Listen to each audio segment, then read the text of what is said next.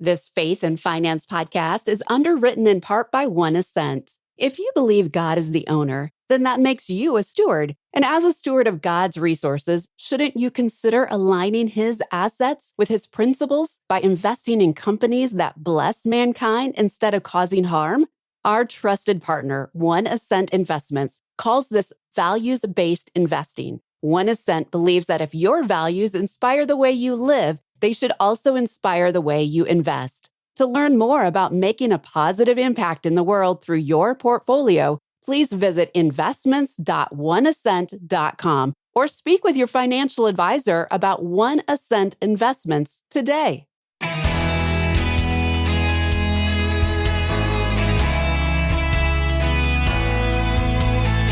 Thousands of retired public servants who paid into Social Security are finally seeing relief. But the story doesn't end there. Hi, I'm Rob West. For years, the Windfall Elimination Provision and government pension offset reduced benefits for those who had rightfully earned them. Now that those policies are gone, many are left with questions. Eddie Holland joins us to help clarify what's changed and what it means for your retirement. And then it's on to your calls at 800-525-7000.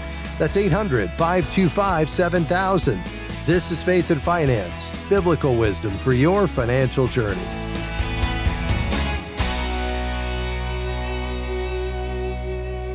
Well, there's no one better to help us unpack these recent Social Security changes than Eddie Holland. He's a senior private wealth advisor and partner at Blue Trust, as well as a certified financial planner, CPA, and a certified Kingdom advisor. Eddie, great to have you back. Thanks, Rob. Always good to be with you. Eddie, you must be good at memorizing, just looking at all those designations you've got there. Well, I do what I can. A lifelong learner. Hey, I want you to walk us through these changes related to the what's called the WEP and the GPO. Imagine that some listeners may not be familiar with what has happened. Absolutely, Rob. So we'll do a very brief synopsis of the history. The Windfall Elimination Provision, or WEP, enacted over 40 years ago, reduced Social Security benefits for individuals who also received a non-covered pension. And a non-covered pension is defined as a pension paid by an employer where no Social Security taxes were withheld from that employee's salary. So typically these are state and local government employees. The Windfall Elimination Provision affects a person's own Social Security benefits. The government pension offset, or GPO, actually reduces a spousal or a survivor benefit, but it's still for that employee that was included in a non-covered pension. Now, these provisions were intended to prevent double dipping. What they ultimately did is they hurt modest income workers receiving those non-covered pensions. So think people like teachers, police officers, firefighters. Many times they were losing up to hundreds of dollars per month from their monthly Social Security benefit. And in some worst case scenarios, they were actually losing all of their spousal or survivor benefits. Interesting. Yeah. Now, if you're hearing this and thinking, I don't understand this, for those that fell into one of those categories, they were often very well versed in this. Now, all this shifted about 6 months ago, Eddie. Can you catch us up on what's happened since? Absolutely. So on January the 5th, 2025, President Joe Biden signed what was called the Social Security Fairness Act. That act repealed both the WEP and the GPO, and it repealed it retroactively back to January of 2024. So as a result, nearly 3 million people became eligible for additional Social Security benefits, both retroactive benefits as well as future benefits. Interesting. Now, we're already seeing some of the effects. People are getting checks, but often with little explanation. What do we know about these payments? Yeah, so there's actually 2 tranches of payments, Rob. There was a retroactive benefit that started back in March. It took Social Security a couple of months once the act was signed to begin implementing. So people may have received retroactive benefits starting back in March. A lot of times it was a large one-time deposit accompanied with very little explanation, which naturally caused a lot of confusion among people. Yeah. Probably calling into programs like this to ask what it means, and one of the reasons why we're doing this show today. So those were the retroactive benefits. The following month, in April, Social Security started adjusting the monthly benefits on a go-forward basis. So it was a retroactive adjustment and then affecting the future benefits as well. And I will just point out very briefly, Rob, that this is, again, not all civil service employees. It's only those that were receiving what's called a non-covered pension. Okay. Yeah, that's very helpful. We've got just about 40 seconds left. For anyone listening who thinks this may apply to them, what's the best next step, Eddie? So I'd give them 2 steps. I would go to ssa.gov to log into their account or create an online account if they never have. If they don't see any information on their online account, they can call the toll-free number for Social Security Administration, 1-800-772-1213, or they can actually schedule an appointment with their local office to meet with a Social Security agent directly. Excellent. Eddie, this has been so helpful. I appreciate the update, and you always make the complex simple. We're grateful. Thanks for stopping by. My pleasure, Rob. That's Eddie Holland from Blue Trust. If you think these changes might impact you and you'd like help navigating them, we recommend connecting with a certified Kingdom advisor. You can do that at faithfi.com. The website again that Eddie gave, ssa.gov. Back with your questions after this. Stay with us.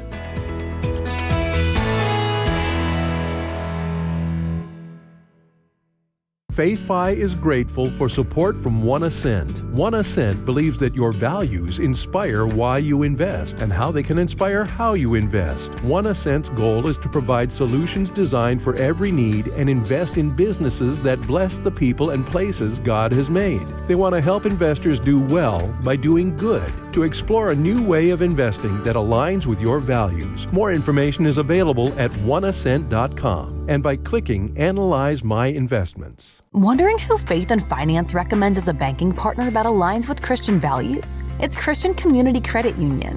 When you open a high-yield checking, savings, or Visa cashback card, you'll help advance the gospel when making everyday transactions.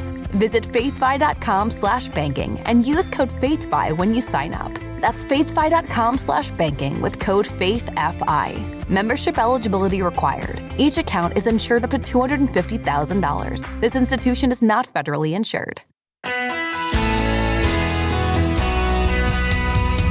Great to have you with us today on Faith and Finance.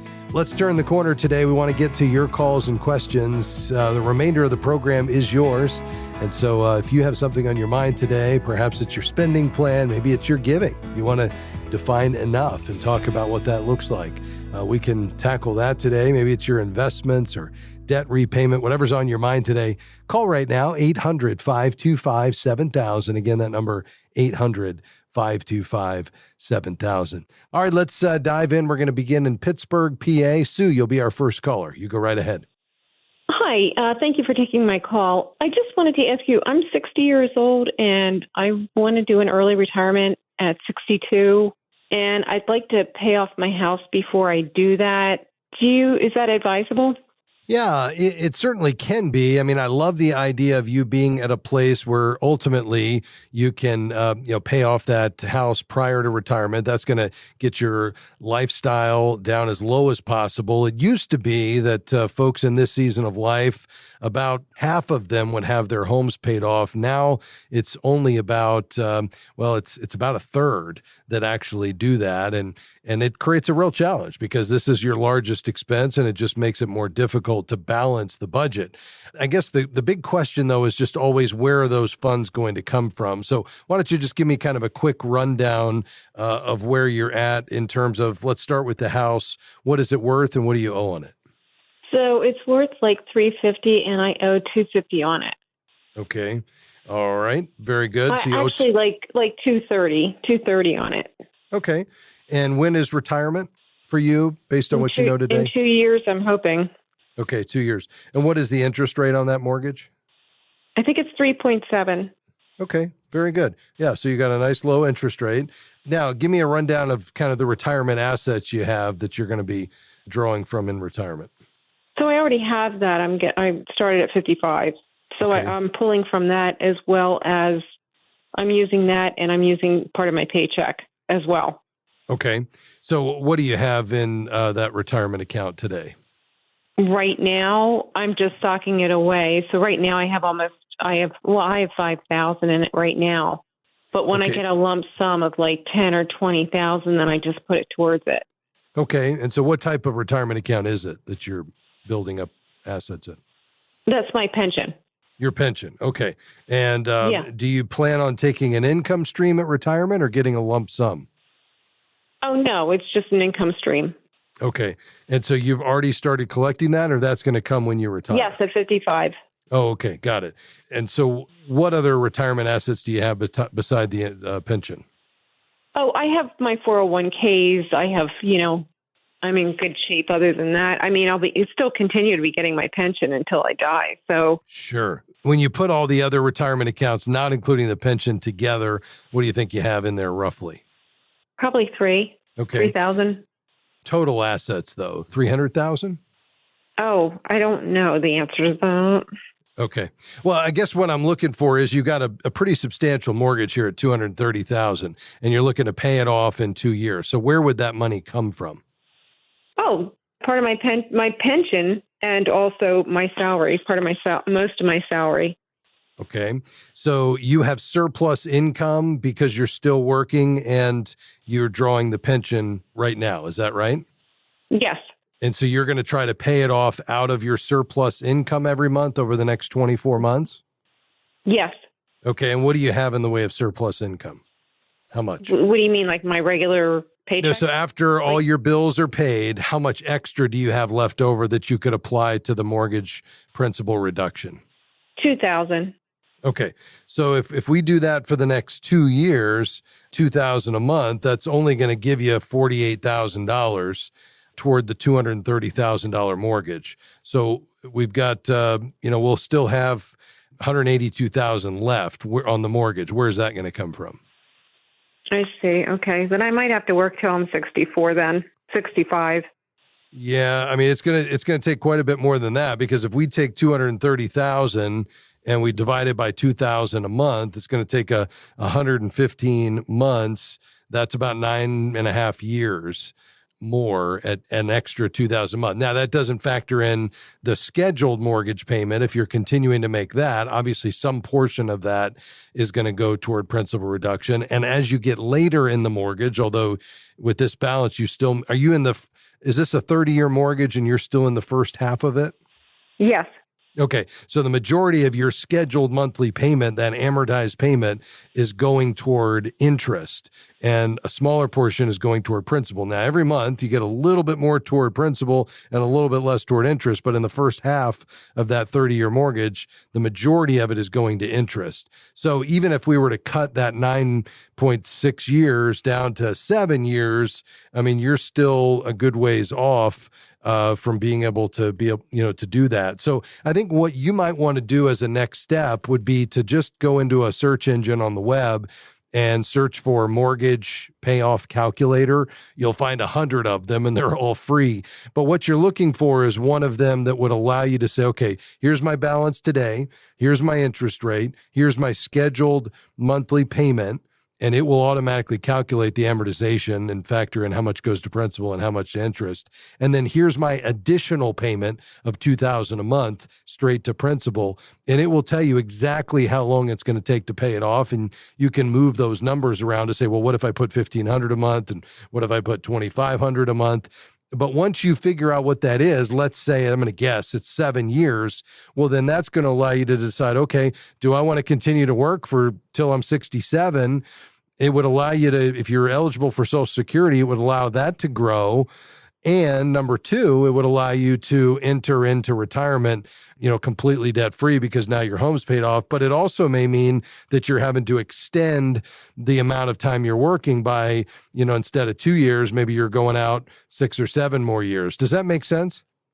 Yeah. I mean, isn't it best to be debt free by the time you retire? Absolutely. I was just trying to solve for your goal of being able to retire 2 years from now. And I'm just saying that's not going to work. So yeah, as long as you're willing to work longer, that's great. But I would get a plan, and you're going to need to use that mortgage calculator to do it. Thanks for your call, Sue. It's a great question. God bless you. Let's go to Georgia. Hi, David. How can I help you, sir? Thank you for Faith and Finance. I have a Social Security question. We know that retiring before our full retirement age results in an 8% reduction for each year. That's right. How does Social Security cost of living increases offset this 8% reduction? Yeah, it's a great question, David, and they don't correlate with one another. So if you take it early, you're going to permanently lock in a reduced benefit. And you, as you mentioned, it's roughly 8% a year. For every year you take it early, you're going to reduce it by that amount. The opposite is true when you take it beyond full retirement age. You're going to see roughly an 8% increase of that check. But whenever you take it, you're going to lock in your benefit amount, whether you take it early, on time, or late. Now, the cost of living adjustment doesn't affect that. You're going to get the cost of living based on your primary insurance amount regardless. And so if it's 3.2%, that's how much your benefit is going to increase. It's not that you get less of a cost of living adjustment because you took it early. You get the cost of living adjustment on whatever your insurance benefit is, and that's locked in based on the timing of when you take it. Does that make sense? Thank you very much. You're welcome. Thanks for your call today, sir. Call anytime. Hey, we've got some lines open. We're going to take a quick break and then back with more of your questions. 800-525-7000. That's 800-525-7000. Call right now. We'll be right back.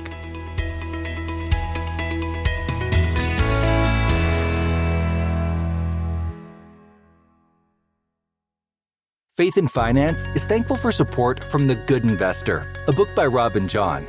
In his book, Robin shares his journey from an immigrant child struggling in school to co-founder and CEO of Eventide Asset Management, a faith-based investment firm. This faith and work memoir seeks to inspire readers to view their work and investments as opportunities to honor God and bring blessing to the world. More information is available at goodinvestor.com. That's goodinvestor.com.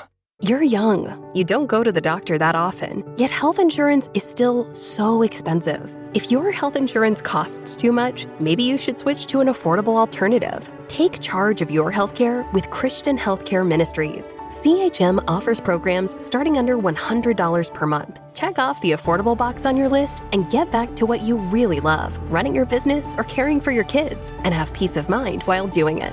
Visit chministries.org/faithfi to enroll today.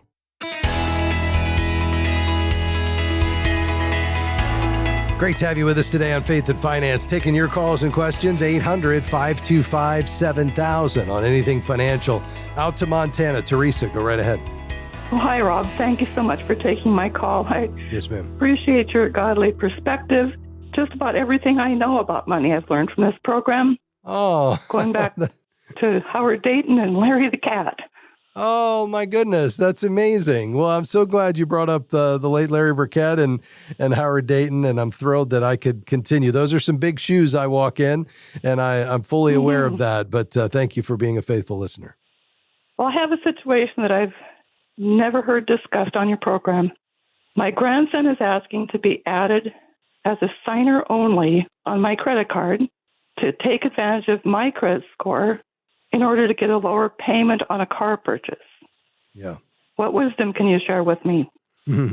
Yeah, boy, this is an interesting one, and I'm glad you brought it up. So what is the timeline?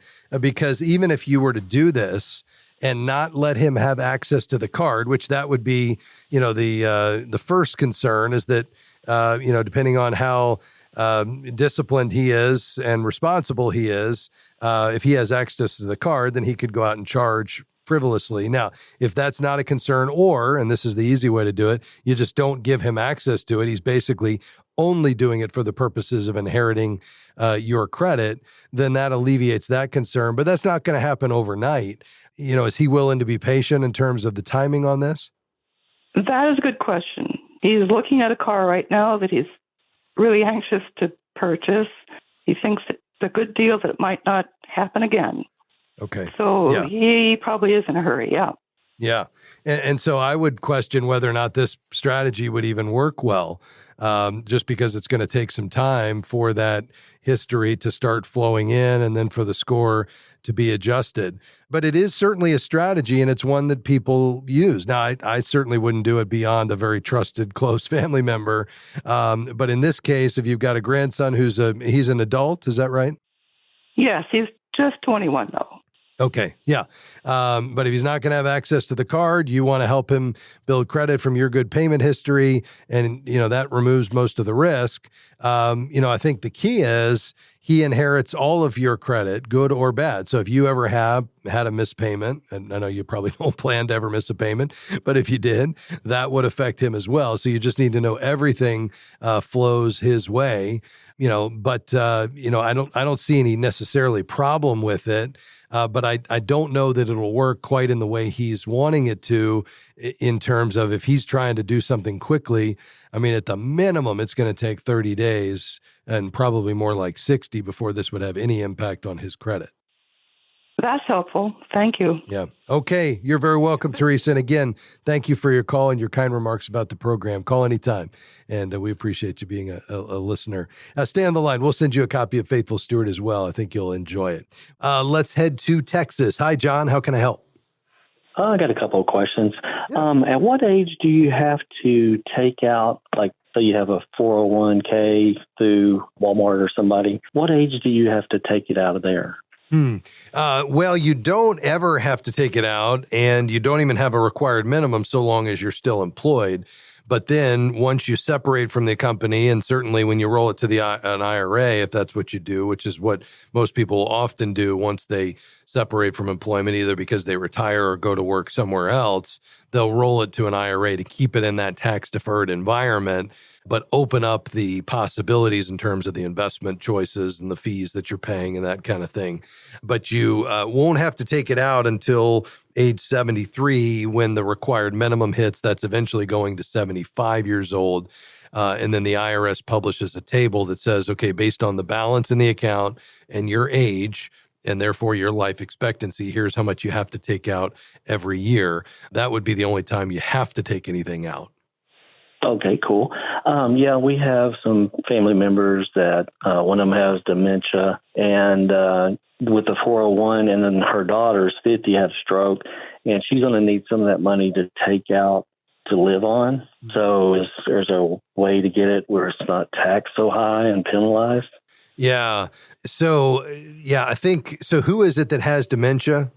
Okay, the mother. Okay. And she has a house. Is there any way to protect the house and the 401 without, if she has to go in a home later or?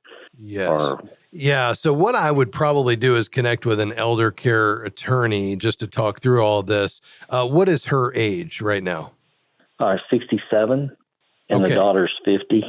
Okay. So, and it's the mother's 401k, is that right? They both worked at Walmart, and they both have 401. I see. Okay. So, there is something called the rule of 55. This would be the first time that she'd be able to take the money out without incurring the penalty. So normally, if you're under 59 and a half, you'd have a penalty when the money comes out of 10%. And then you'd add to that, any distribution is taxable. And so it would be added to the taxable income. So the 10 plus the tax, federally and state tax, let's say that could be 30, 35% right off the top. If you're 55 and you lose your job or leave your job, you can begin taking distributions from your 401k without paying that early withdrawal penalty, again, as long as you're 55 or older. So that would be the first thing. With regard to protecting those assets, I think that's where talking to an elder care attorney is going to be important. It's always important to have legal documents up to date, but certainly with the diagnosis of dementia, or of a stroke, it's important to make sure those wills, financial power of attorney, healthcare power of attorney, that all of those are up to date. And then, of course, a living will or what's called an advanced healthcare directive. And then the estate attorney can help with the preservation of assets in the event that either of them need skilled nursing or to help them qualify for Medicaid while preserving the assets for the heirs. In this case, the mom for the daughter.